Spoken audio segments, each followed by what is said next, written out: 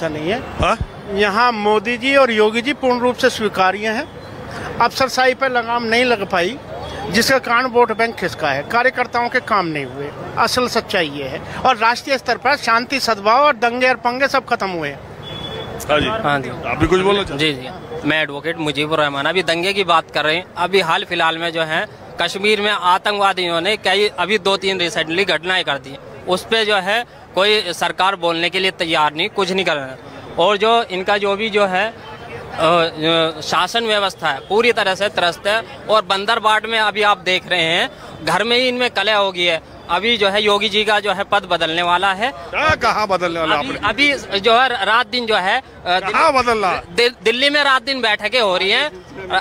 दिल्ली में रात दिन बैठकें हो रही हैं। और लखनऊ में भी जो है घमासान है कि केशव मौर्य जी हैं, वो अपने चक्कर में हैं। और योगी जी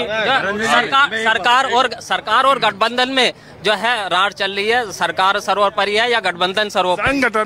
संगठन, हाँ, तो दोनों में रार है। सरकार, योगी जी कह रहे हैं कि मेरी सरकार सर्वोपरि है, और जो केशव मौर्य कह रहे हैं संगठन सर्वोपरि है। तो क्या होगा गाजियाबाद में? तो जो हो रहा है वो सही हो रहा है।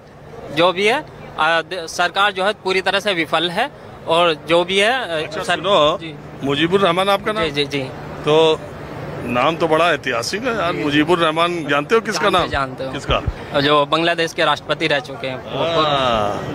तो एक बात ये मैं कह रहा हूँ मुजीबुर रहमान कि अभी सूत्रों के मुताबिक पता चली खबर कि ये 10 विधानसभा के जो उपचुनाव हो रहे हैं उसमें कहीं न कहीं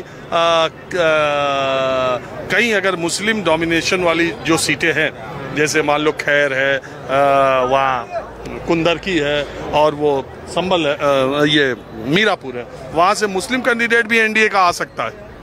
नहीं, वो तो ये अब जब सरकार को दिख रहा है कि जब हमारी जो जितने भी हमने नारे दिए हैं कि सांप्रदायिक जितने भी नारे दिए हैं वो सब विफल हो चुके हैं।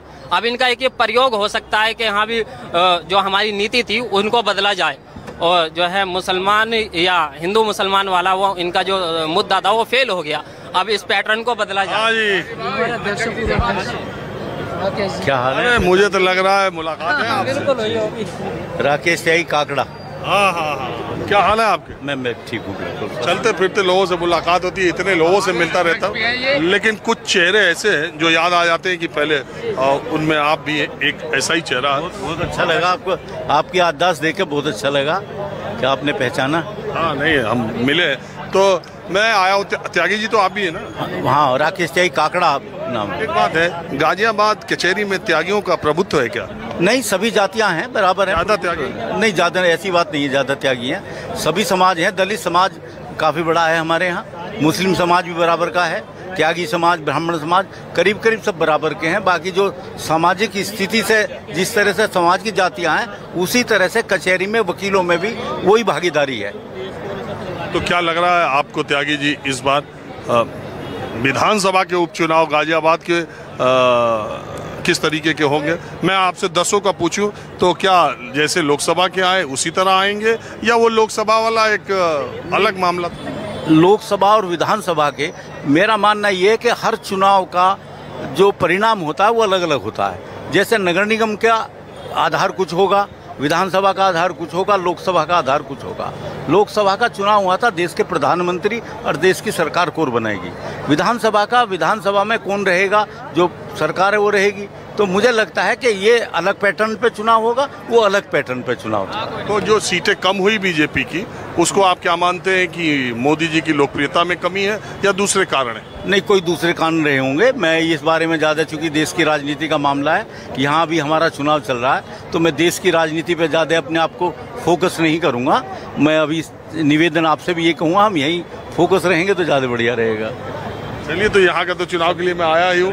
हाँ जी, आप तो बहुत यंग लग रहे हैं। हाँ, कुछ बोलना चाहते? हाँ, बिल्कुल बिल्कुल ऐसा है। यूपी में तो योगी फेल है और मोदी जी की लोकप्रियता में कमी आई है। और जो हमारे यहाँ पर योगी जी सरकार जो चला रहे हैं ना वर्तमान में, ये डंडे की जो पॉलिटिक्स हो रही है, डंडा जो भी आदमी विरोध करता है उसी पर डंडा बजा दो और उसी पर बुलडोजर चढ़ा दो। और कहीं ना कहीं त्यागी समाज में भी नाराजगी थी, जाटों में भी नाराजगी थी, ओबीसी जो वोटर था वो भी नाराज था, और जो एससी था मायावती की वजह से मायावती सही तरह से अपने आप को प्रेजेंट नहीं कर पाई, उसकी वजह से जो एससी वोट था वो गठबंधन में चले गया। और ये शुरुआत है 2027 का चुनाव, विधानसभा का चुनाव ही हारने वाले हैं वर्तमान में। यहाँ का बताएंगे इस बार विधानसभा का उपचुनाव? गाजियाबाद विधानसभा में भी टक्कर का चुनाव होएगा। अगर बीजेपी इस गलतफहमी में है कि वहाँ से चुनाव हम आसानी से निकाल जाएंगे, इनकी ये पुरानी ही पहले से ही पूर्व की वर्तमान की सदाबहार सीट रही है, पर यू वाली सीट भी हारने वाले इस बार। एक बात बताइए, ये मायावती का वोटर जो खिसका है वो अभी खिसका रहेगा, या मायावती जिस तरह से अब आकाश आनंद और फिर से शुरू कर रही है, अब उनके साथ जाने का? ये जो मायावती का जो वोटर है, मायावती का वोटर उससे खिसक चुका है, और ये मायावती से ये चंद्रशेखर आजाद की तरफ तो जा सकता है, उन्हें एंटी बीजेपी वोट देना है।